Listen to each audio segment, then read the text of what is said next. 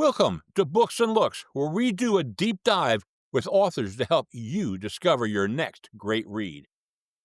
You know, when you're young, many times you get an opportunity that turns into something special.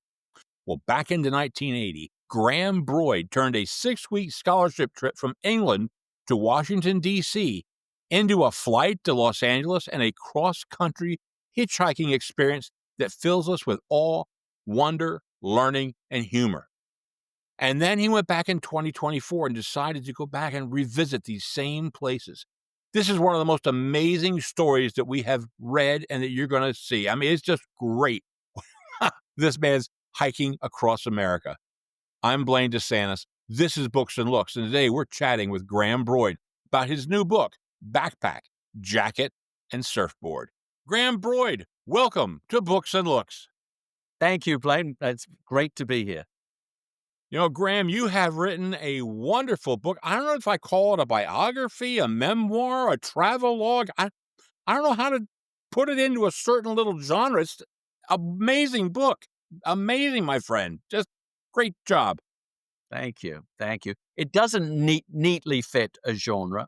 No. And it's been interesting, actually, because I'm finding as people have read it and review it, that a lot of different people take different things away from it, which has been very much a joy for me too. Right. And I think that's one of the things is that I took something different than a lot of people because I spent a lot of time out in California and I was with you the whole time. I'm doing this. Oh, did you go there? Did you do that? Boom, boom, boom, boom, boom, boom. You know, it brought back so many memories for me. And I think it'll bring back memories for so many different people that they've had these sort of experiences. But, you know, friends, this is a great book because at age 20, I think it was, Graham decided or got a scholarship to come to America. It didn't end up like he thought it was going to, or the university thought it was going to be. So I want to let him set the scene for us. Tell us about what happened back then when you were 20 years old. Yeah. So I was at university in England and I won a scholarship to go study at the Library of Congress in Washington, D.C., which was a big deal, back then. 6 weeks of study and a flight out and a flight back and enough for a cheap hotel while I was out there. But I was 20, and so I sold my ticket to Washington, D.C. and bought one to Los Angeles because, of course, I wanted to go surf Malibu Beach in California. And I thought, well, I'll just, surf for a week. I'll, not really knowing American geography, I'll hitchhike across from L.A. to D.C. in a week, and then I'll study for 4 weeks and go home. And so the book follows that trip that did not go as planned, and then as I went to write those stories down last year, I realized some of it made no sense to me. So I went back and revisited those spots in 2024, and so that's really the core of what the book is. I got a big chuckle when you early on in the book said you didn't quite realize how wide America is. A little bit bigger. But I think it's a classic European issue, right? You sit in England and you can reach the coast from the center of England in an hour and a half in all directions, and didn't quite translate to my naive mind back in 1980. It happens. But anyway, you had a trip plan that was out of this world to get this scholarship and to work at the Library of Congress to study there. And you made it a better trip. You made it a memorable trip. And so, friends, we're going to start out with Graham. First of all, I'm amazed that they would let you sell the ticket and buy I think a cheaper one to Los Angeles. Is that right?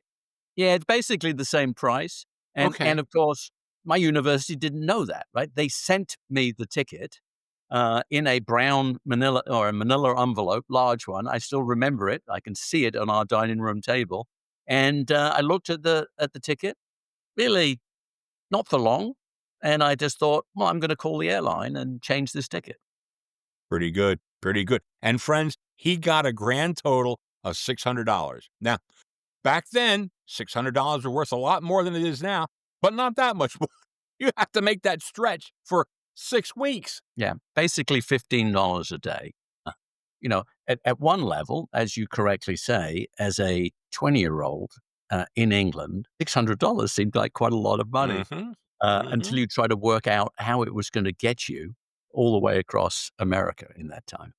At one point in time, friends, Graham made an entire meal out of a hamburger. A three-course meal. Just touch up on that a minute, please. Yeah, it was, and what is funny is my book shows up in the Amazon bestseller list under cooking humor.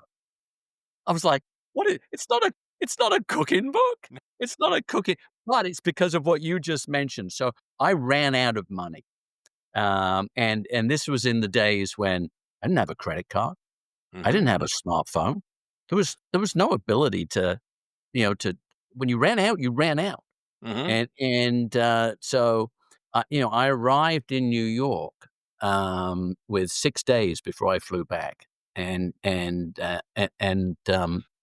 enough money to buy 1 Big Mac a day was gonna be my food. Breakfast, lunch, and dinner consisted of 1 Big Mac a day.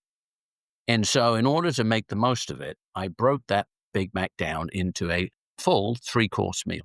I would start with the bread course. The 2 buns, which I would then put either some mayo or some mayonnaise on to give it them a little flavor.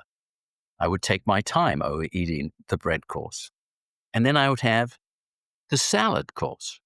And I'd take the lettuce and the tomato and the onions and chop them up and eat my salad course. And then, of course, I would have the main entree, the meat, Mhm. and I would sit and eat the meat. And you can only imagine what other people in McDonald's were thinking. I would literally take 45 minutes to do that because I was very hungry. Mhm. And I knew I had to make it last, to help with my hunger pangs.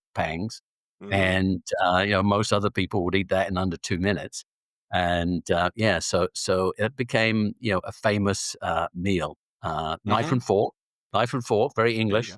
Yeah. And I'd eat my three-course Big Mac in about 45 minutes every day for That's 5 every days. day. Pretty good. Pretty good. Wow. Anyway, you make it to LA, and I know there's other story, but you from LA, you gotta get to Malibu, which is sorta north, but you end up in Tijuana somehow. Do you have how did you end up in Tijuana? Well, this is the main reason, a main starting reason why I went back in 2024. So I had 24 photographs from that original trip. The first one was of the air traffic control system at Los Angeles airport, which I took from the window of the airplane when we landed. So very much the first photo. And my last photo was me standing on Liberty Island with the World Trade Towers in the background in New York. 7 weeks later. So I kept those photographs in my attic for over 40 years. And when I went back to them, I realized my intent was to fly to LA, as you say, get to Malibu Beach to surf. Malibu is, as you know, Blaine, is about 30 miles due north up the Mm, coast of California. mhm, My second and third photographs in that album were of me in a bull ring in Tijuana, Mexico. And so I remember being at the bull ring in Tijuana, 'kay. Mexico. It's not only the photographs, match my memory of being there.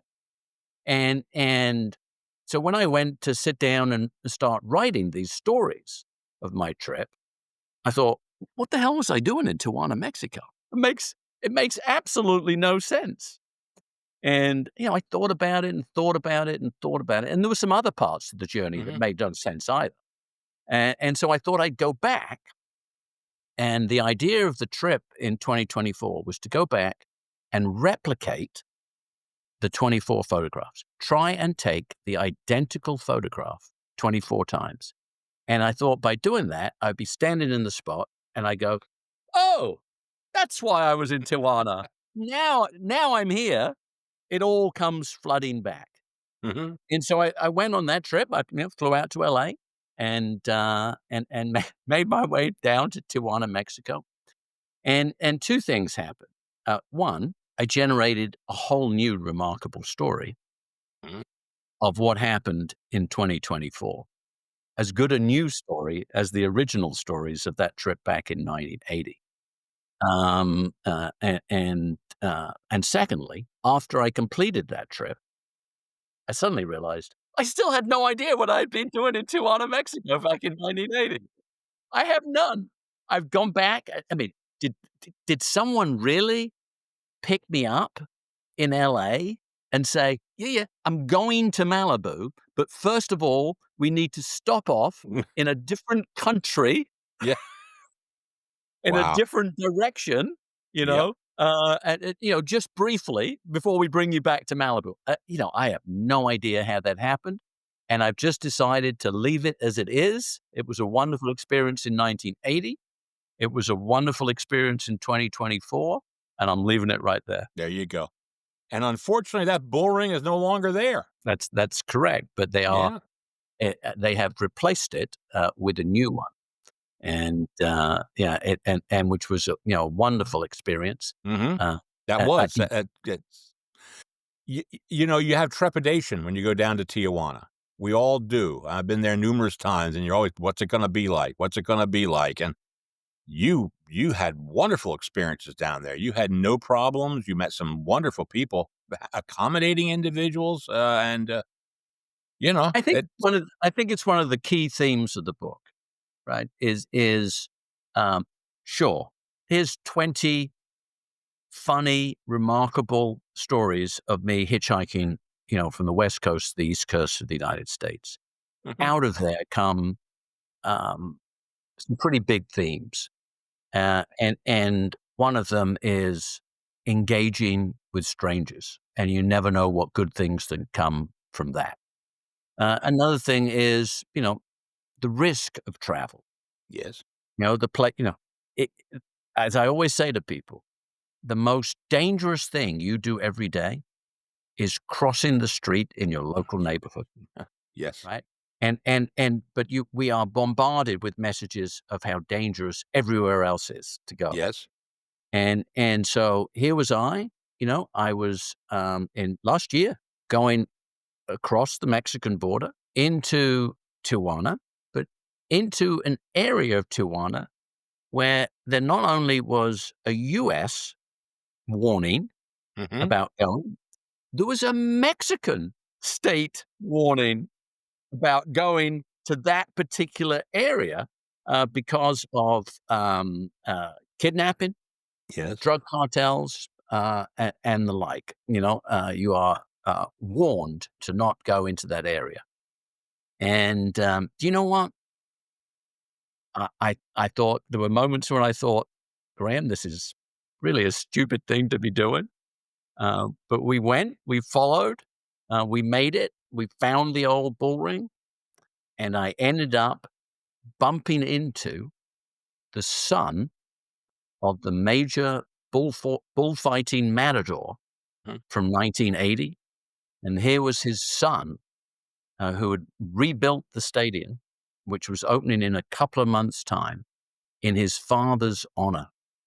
Look at that. So 44 years later, in a parking lot out the front of the bull ring in 2024, I Mhm. bumped into this stranger and said hello and told him what I was doing.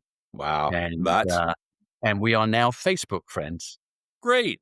It's And wonderful. it was a wonderful outcome from taking a little less risk, with your travel and engaging with Mhm. people who otherwise you'd probably feel, just walking by. Mhm. Yep. Absolutely. Wow. Well, you finally did make it up to Malibu, and, how was the surfing?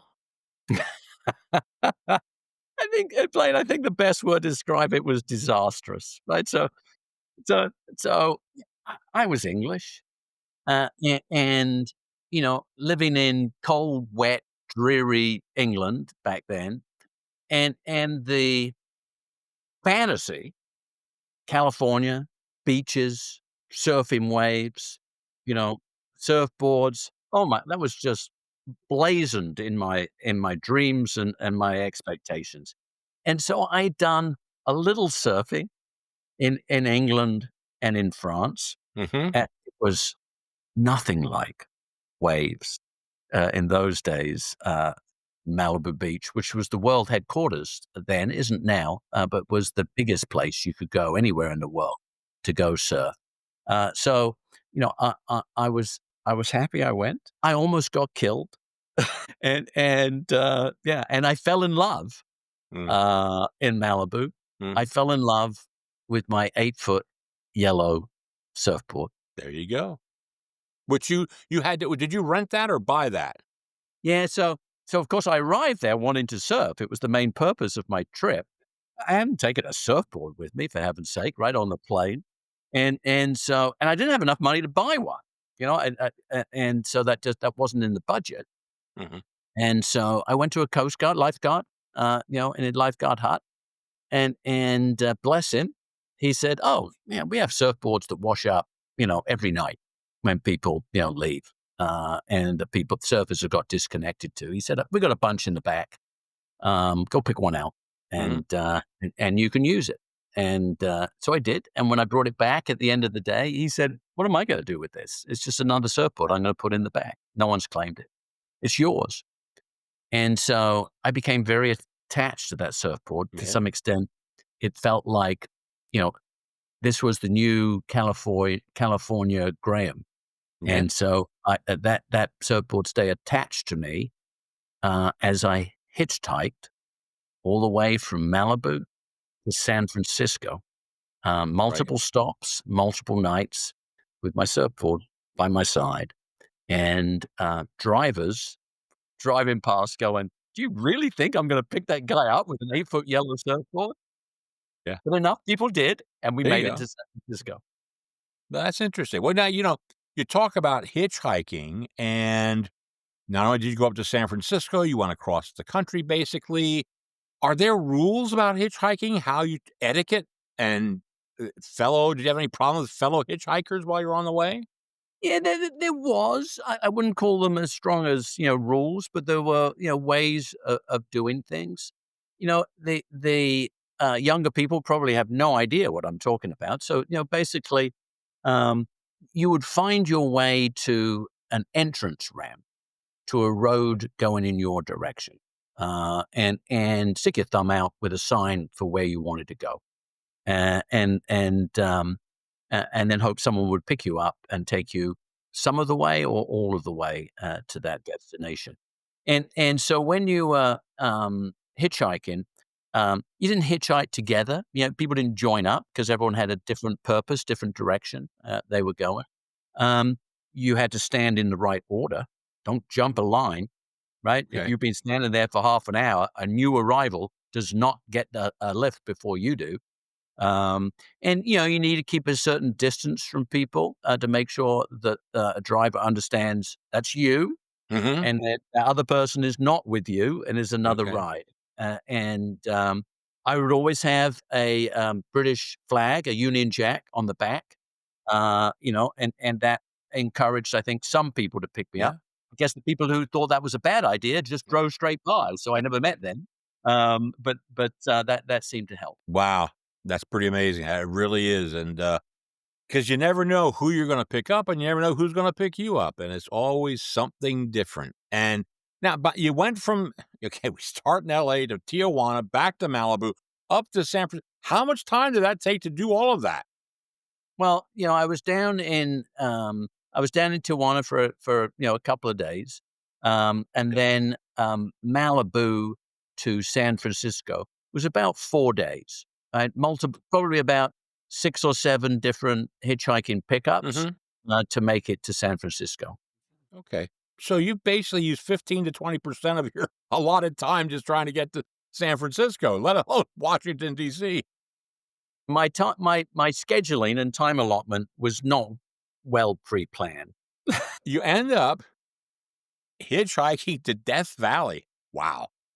Wow. You spent the night there. Tell us just a little bit about that, spending a night in Death Valley. It's probably still to today, and I've had a lot of adventure in my life. it was probably the scariest night, I've ever had. Amusingly, I had two friends of mine who read the book a week apart and called me to say, at one point, they weren't sure if I was going to come out of Death Valley alive. And then they realized, oh, hold on, he wrote the book. He must have survived. And so yeah, I was actually on my way from Yosemite National Park. Next stop, Las Vegas, in my wild geography crossing the United States, and thought I could make it, in a day. But the day had gone slowly, and I got picked up in a little kind of saloon town right on Mhm, the edge, right on the edge of Death mhm, Valley, kind of late in the afternoon, mhm, and by someone, and Death Valley is about 250 miles across, and I thought, here's my last shot to get across, and so he picked me up.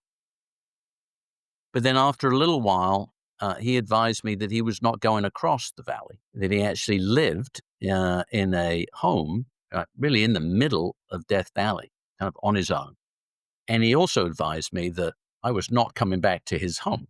And so he would be dropping me off. And he said, and you can get another lift, across the rest of Las Vegas. Now, unfortunately, he only took me, less than 20% of the way across, mm, and night was coming, and the chances of me getting another, lift across were pretty minimal, and turned out mhm, to not happen. So I got stuck in Death Valley, and the hottest, driest place, in the world, where temperatures, highest temperatures anywhere in the world have been recorded. Out of the shade, which is how your temperatures are usually taken, 154 degrees. You could literally boil an egg on the ground, not on your car, on the ground. And a bare and foreboding space with an appropriate name. mhm. No doubt about it. And then you had to camp out there. Yes, I did. Yeah. Oh boy, and there's some stories about that you won't miss. By the way, I didn't do this yet, everybody, friends. Hold on. It's behind Graham, but here it is: backpack, jacket, and surfboard. Okay, and we've got the backpack already. We read a little about the surfboard, but the jacket is fascinating.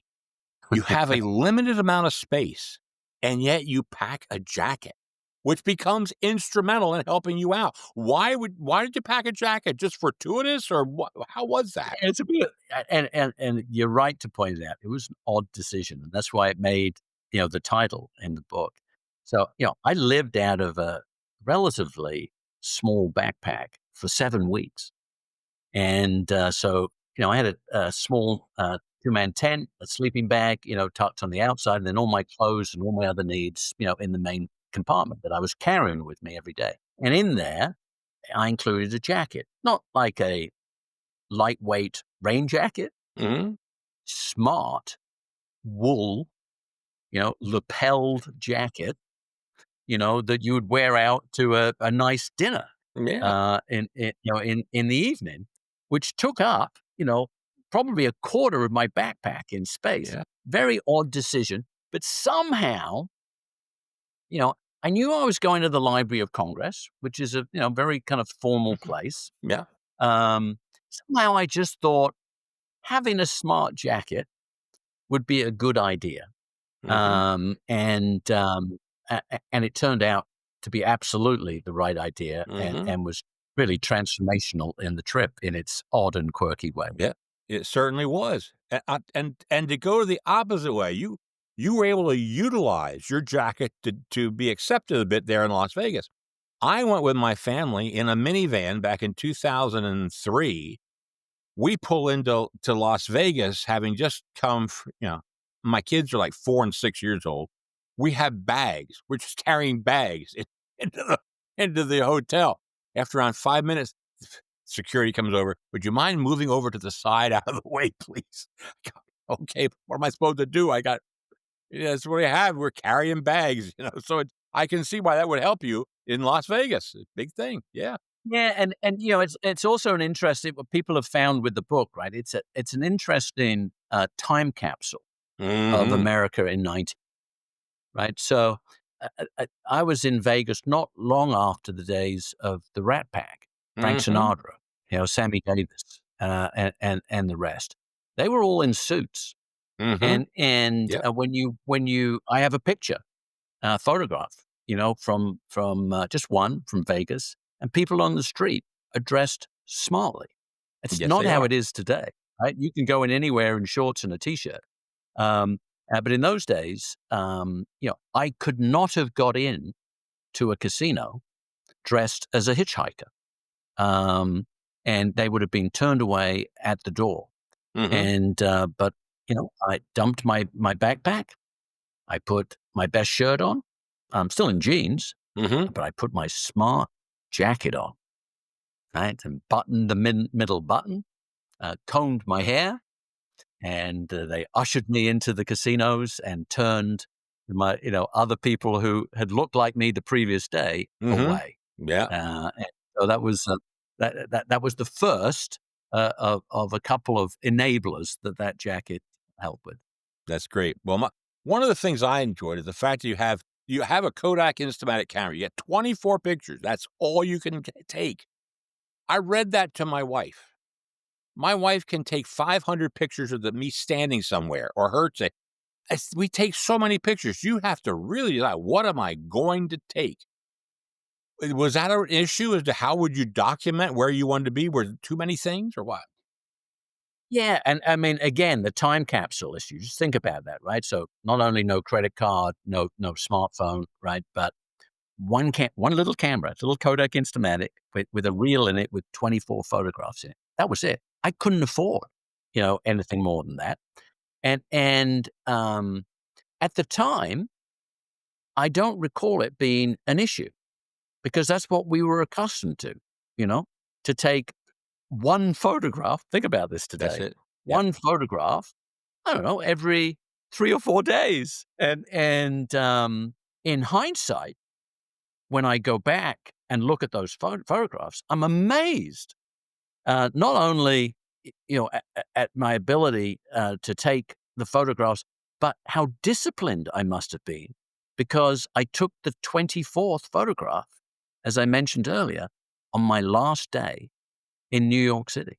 That's And amazing. so I don't remember desperately trying to manage that process, but I did You because did. that's kind of how you did things back then. Yeah. Yeah. And you didn't worry about blurry, fuzzy, or anything else. You got one shot. That's it. Make it work. Yeah. Wow. Well, now, on the whole, you found most of the people picking you up were decent enough people, but you had one really friendly guy, real friendly guy going up. I think we were going to the Grand Canyon, if I'm not mistaken. That is correct. And Yes, very friendly. I had the difficulty in Death Valley with the person who dropped me off as well. And it's also worth mentioning for context, right? That there had been a number of really bad things that had happened to hitchhikers in the previous, 3 to 5 years, Hmm. particularly in California, mostly to young girls, Yes. and that had been prominent in the news in the United States. So, I wasn't unaware of some of the risks that I was taking as you stepped into a stranger's car, right, on your own and in a foreign country. And so, to some extent, every moment when you opened that door and Hmm. said hello, right, was an important moment, and where you were taking some risk, and things could go wrong. And as you mentioned in Grand Canyon, bumped into kind of an interesting situation, you know, and a guy probably in his late 40s, early 50s, who was hitting on me, and he his basic proposition was, "Hey, come back to my apartment slash house, stay with me, and we'll get your laundry done." What do you want? Well, this is probably a recognition I probably didn't smell too good, and my clothes were pretty grimy by that time. By the time I got there, we were probably at least 3 weeks, into the 3 or 4 weeks Yeah. into the trip. Someone jokingly said to me the other day, word association. Want to do word association, Graham, with your trip? If someone were to say Grand Canyon, what would you say? I would say washing laundry detergent because that's still, I had a guy who was quite eager uh, to take me aside Yeah. somewhere, Well, and I found out afterwards, actually, in speaking with other hitchhikers, that almost this was a standard thing. There were a group of these people who oh, were okay. driving up and down that route, Really? and of course, a lot of, youngish, Mhm. naive, Mhm. Europeans, mostly in Yes. those days, hitchhiking up to Grand Canyon. There was Yeah. one road you could get up to, so good place to go pick them up. Yeah. No doubt. And so I got one of them, and I was able to, my clothes did not get maudy. Good for you. And I took my way out of that situation, pretty quickly, Good. and safely, thank you. Well, now we gotta motor across the country, and one of the things I hadn't talked to you about or written to you about was but I found fascinating was you basically almost ran out of money in New Orleans, and you came up with some ideas how to make money. I love the one on the street corner with the boxes. Tell people about that. Yeah. So, I'd made it to Grand Canyon, and, I was way behind my schedule to get to Washington, DC in the Library of Congress. But, this is, I thought, my one time in America, and I'd heard all these fantastic stories about New Orleans. And what a unique place it was. It's Superdome for its football Mhm. team, and the French Quarter and Bourbon Street and the jazz. I'm like, I gotta go to New Orleans. I have to go to New Orleans. I know it's not on the route, and it was a long way away. And so I thought I'll get a cheap flight, and so I spent basically a week's worth of money on a flight to New Orleans, which meant I was really short of money, and wasn't really quite sure also how the hell I was going to get from New Orleans to Washington, D.C., which I had to do because I was meant to be studying at the Library of Congress. And so I was in New Orleans, and I was just, I was being introduced to Bourbon Street and all that kind of huskers and buskers and entertainment on the street along there. And I just kind of was interested in watching that. And, some of these people were pretty good Mhm. and were getting pretty decent money. Yeah, people were dropping, in those days, not only change and dollar bills, but $5 bills and Mhm. sometimes $10 bills. And I'm like, wow, 20 or $30 could really go a long way for Yeah. me here. Maybe I need to work out what I can do. And I don't really play a musical instrument, I can't kind of like dance or anything. Yeah. And I'm not a card shark. So I try to think what I could do. And you remember, this is 1980. So I came up with a really bizarre plan that I was going to stand on a small box and recite John F. Kennedy speeches. Ask not, Okay. Yeah. what your country can do for you, but ask what you can do for your country. Or Mhm.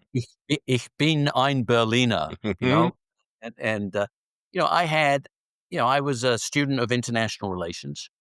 Kennedy and his speeches, in particular, had been very prominent, in the media and Mhm. in the zeitgeist, of that time period. And he was, uh, for a lot of people, embedded in the American psyche and well regarded. Mhm. Um, so I thought, you know, I find a way to build a little box that I could stand on just to elevate me off the ground a little bit to make sure people didn't think I was like a ranting lunatic, to make it look like I was actually performing something, and that I would recite these speeches. And sounded like, to me, once I'd made that decision, an extremely intelligent and well thought through idea. And I had great expectations of making enough money to fund the rest of my trip at that point. Didn't It happen, did did it? not work out as I. Well, it doesn't matter. the ever resourceful Graham Broyd makes his way up to Washington. Another amazing thing. You get Read the book and you'll find out what happened. Yeah. exactly. We can't tell everybody these things, but you make it up to Washington, and all of a sudden you're in the offices of Senator Howard Baker, who was one of the big people with the Panama Canal Treaty, which you were going to study. How did that come about, Graham? Really. And to me, it's the most consequential story of the book, and still, resonates with me today. So I'm a hitchhiker. I am, you know, 5 weeks into my 6-week trip, and I haven't even got to the Library of Congress yet. And I bump into, in a youth hostel, an Australian journalist, Jake, the Australian journalist. And as I say in the book, probably not a very successful journalist. He's staying in a youth hostel, you know. And I tell him, I'm meant to be studying the Panama Canal Treaties in the Library of Congress for 6 weeks, and I've only got a week left. He thought it was hilarious. Oh, this is so funny. You've really screwed up here. Yeah. But he knew about the treaties. They were important, and they'd only been signed 3 years previously, so they were prominent in the news cycle. And he just said to me, I'm a journalist. I think I've got Howard Baker's office number. Now, Howard Baker was the most important person after President Carter in the Panama Canal Treaties because he was the Republican majority leader in the Senate. And he was supportive of the Panama Canal Treaties. The Republican Party was not. So the only way that the canal treaties were going to get passed was if Baker could gather enough votes out of the Republicans in the Senate to pass the legislation. And he did. So his belief in the treaties and how he got that done was extremely significant for the research that I was meant to be doing, and of course, that I hadn't done. And so this journalist in the youth hostel says, "Oh, President Carter's away. You need to speak to Senator Howard Baker." Now, picture me, right? Red backpack, probably smelling a little bit, dirty clothes, I had one pair of jeans and 2 pairs of shorts. Oh, and I had a very smart jacket. That's right. That's right. And so he looked through his little black book and he said, "Here it is. Here's Howard Baker's office number." So we called him. It was the end of August. He would be away. He was a senator from Tennessee. He was there. He was there. And someone picked up the phone and said, "Look, he's busy all day tomorrow, but if you're willing to come by and sit and wait, there's a possibility he could get a cancellation and we could sneak you in."